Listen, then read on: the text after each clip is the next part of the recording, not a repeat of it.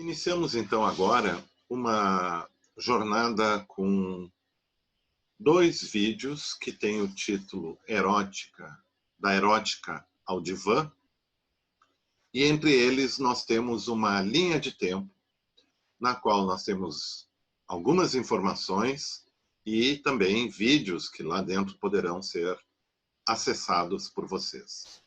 Então vamos começar com a Erótica do Divã, primeira parte.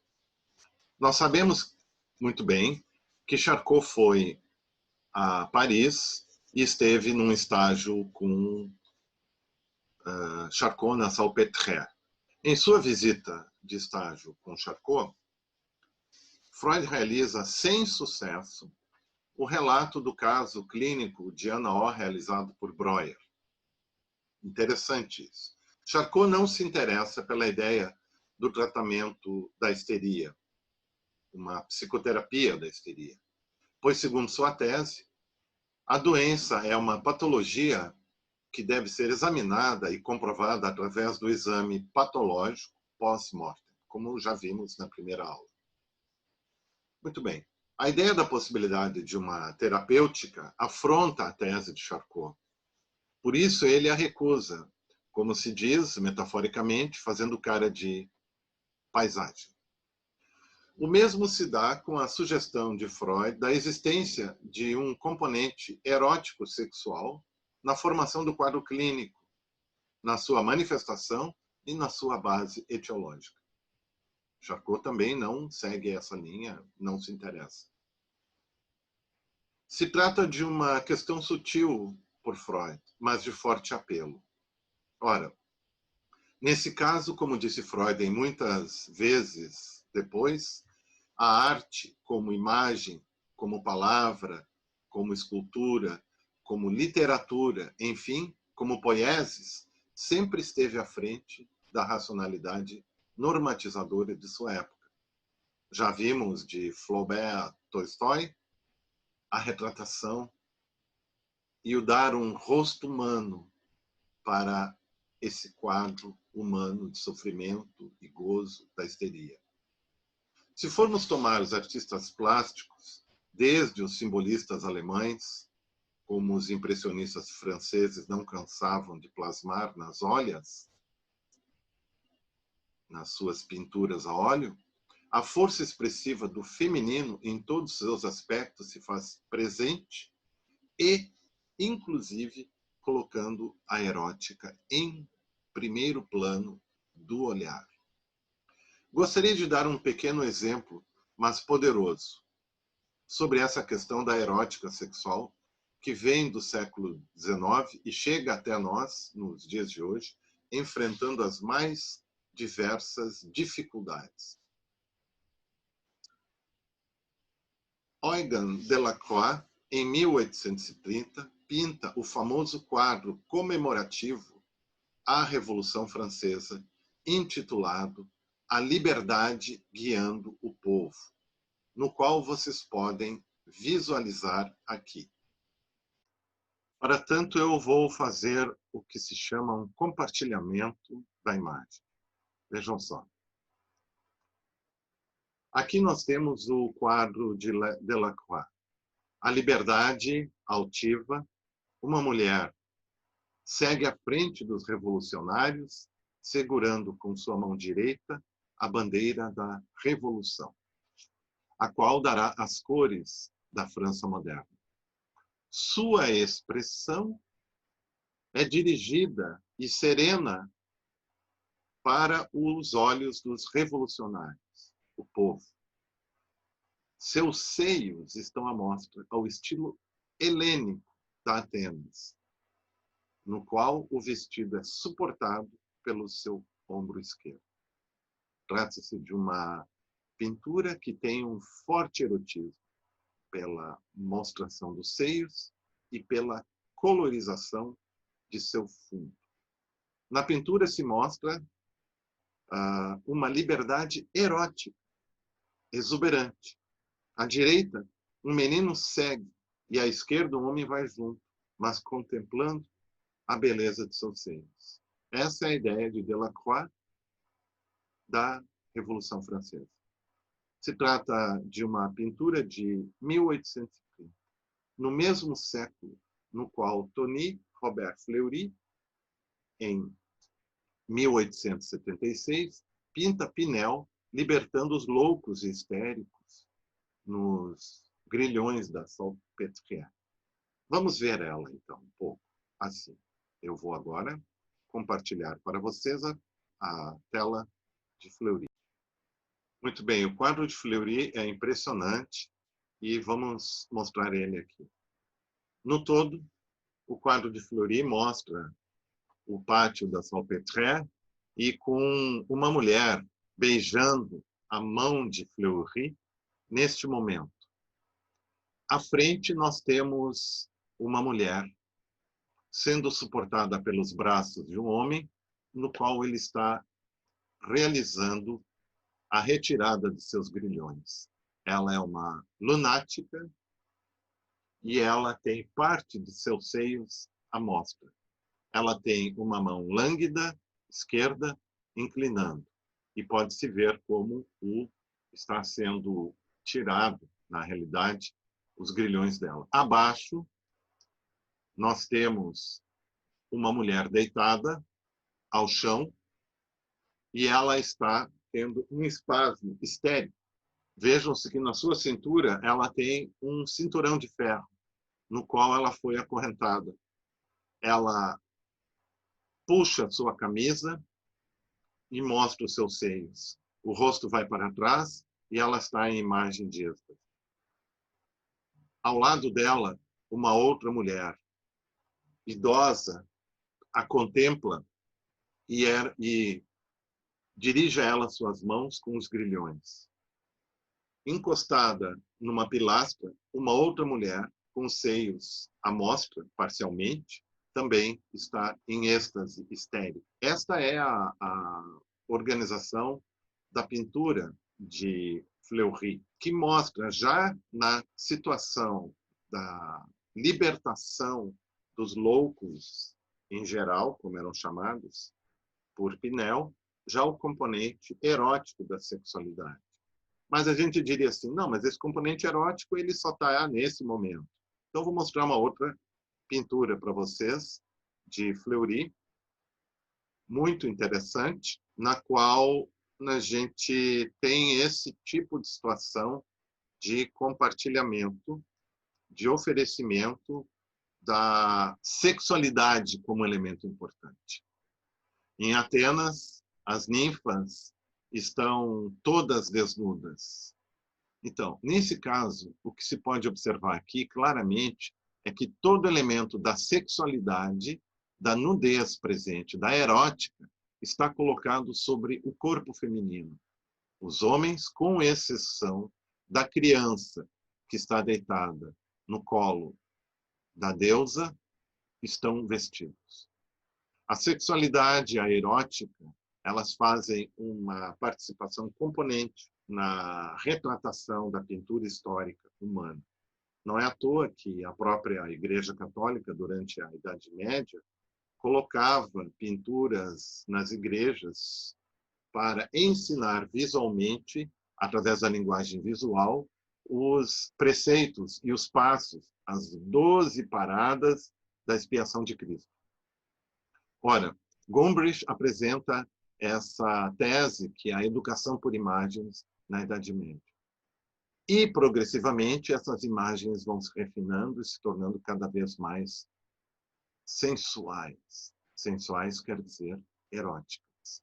Bom, então aqui nós temos esse aspecto colocado por Delacroix e também por Fleury, dessa perspectiva pictórica e plástica, eroticidade humana em seu geral, e também da histeria, no caso. Então, nós vamos agora seguir adiante.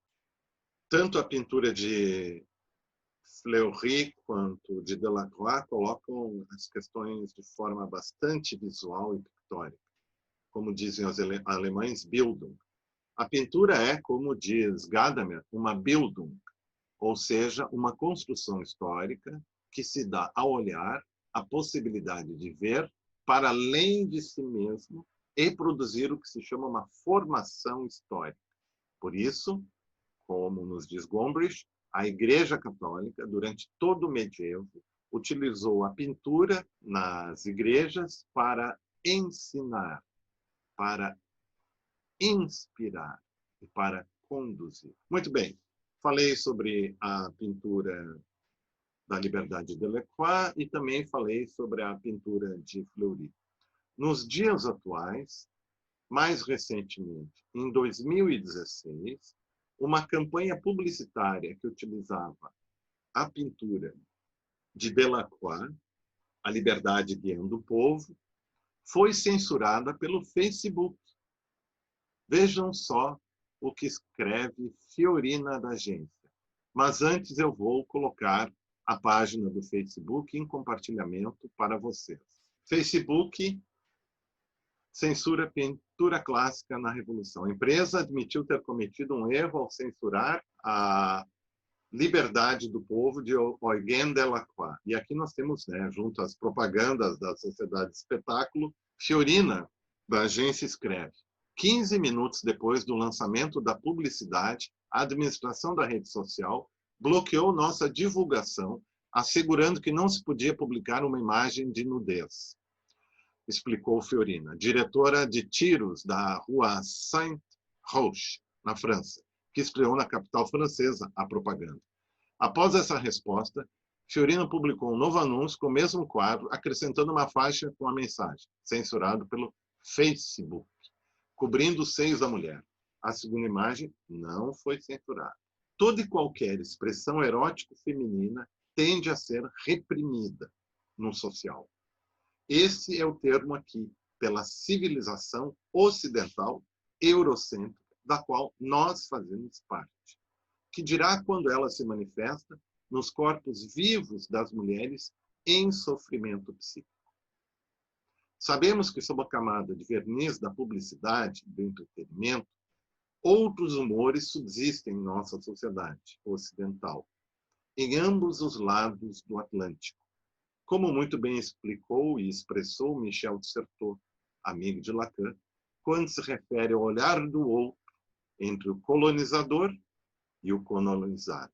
Nesse sentido, antes de passar para meu segundo vídeo, que trata do movimento de deslocamento da erótica ao divã, o que chamamos ética, a qual diz respeito ao sujeito singular, o regulamos como tendo uma base ética. Gostaria de colocar algo muito importante.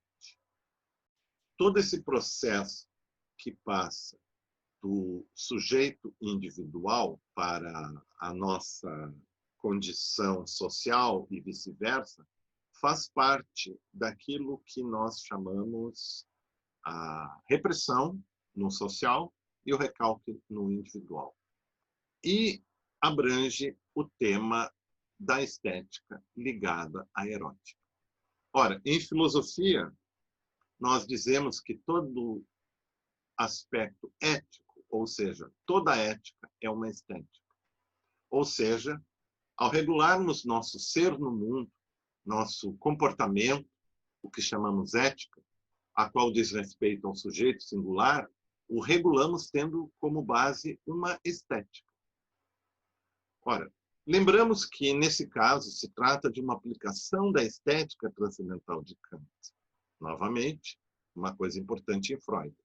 E, por isso, sempre situamos nosso comportamento e valores dentro de uma perspectiva do aqui e agora. Hic et nunc. O aqui na situação do espaço, no qual nos colocamos junto com o outro, e o agora, estabelecendo uma temporalidade, ou seja, o modo como situamos no espaço o aqui que se apresenta. Será somente em 1936 que Freud chega a uma solução de seu embate com Kant.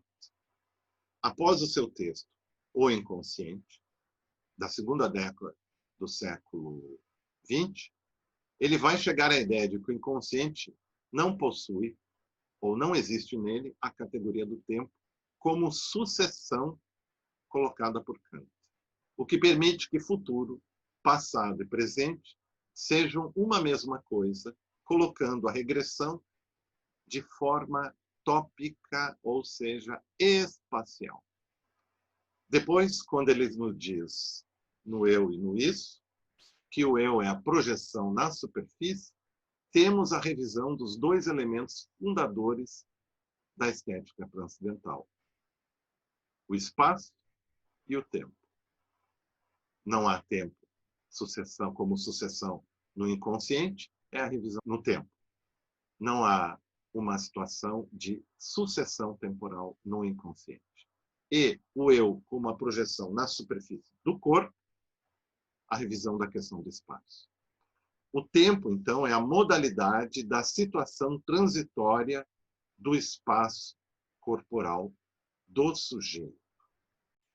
Mais tarde, em 1938, perto de sua morte, Freud dirá que os determinantes funcionais operativos não são os de Kant, ou seja, os a priori da percepção transcendental, mas sim os de nosso aparelho psíquico. O que quer dizer que os determinantes funcionais operativos em questão de uma estética transcendental na psicanálise são pulsão, desejo, deslocamento, condensação. Eu disse que a filosofia nos mostra que toda ética é uma estética, por certo. E a psicanálise de Freud nos ensina, a partir do anterior mostrado pela filosofia, que toda estética é uma erótica. Ela é a estética, uma manifestação erótica, um fenômeno e tem seu fundamento na erótica do sujeito, seu inconsciente. Nesse sentido, a fim de mostrar uma manifestação dessa estrutura no contorno da época do nascimento da clínica freudiana, convido você a percorrer a próxima parte, que é uma linha de tempo, na qual eu tenho informações e também vídeos que você pode assistir, que foram organizados na linha de tempo a seguir. Eles são situados em uma linha de tempo que, de certo modo, ajuda a compreender o caminho de seu desenvolvimento histórico e conceitual. E após o segmento dessa linha, convido vocês a assistir à apresentação da minha parte final, que também tem o título da Erótica ao Divã. Até lá e boa jornada.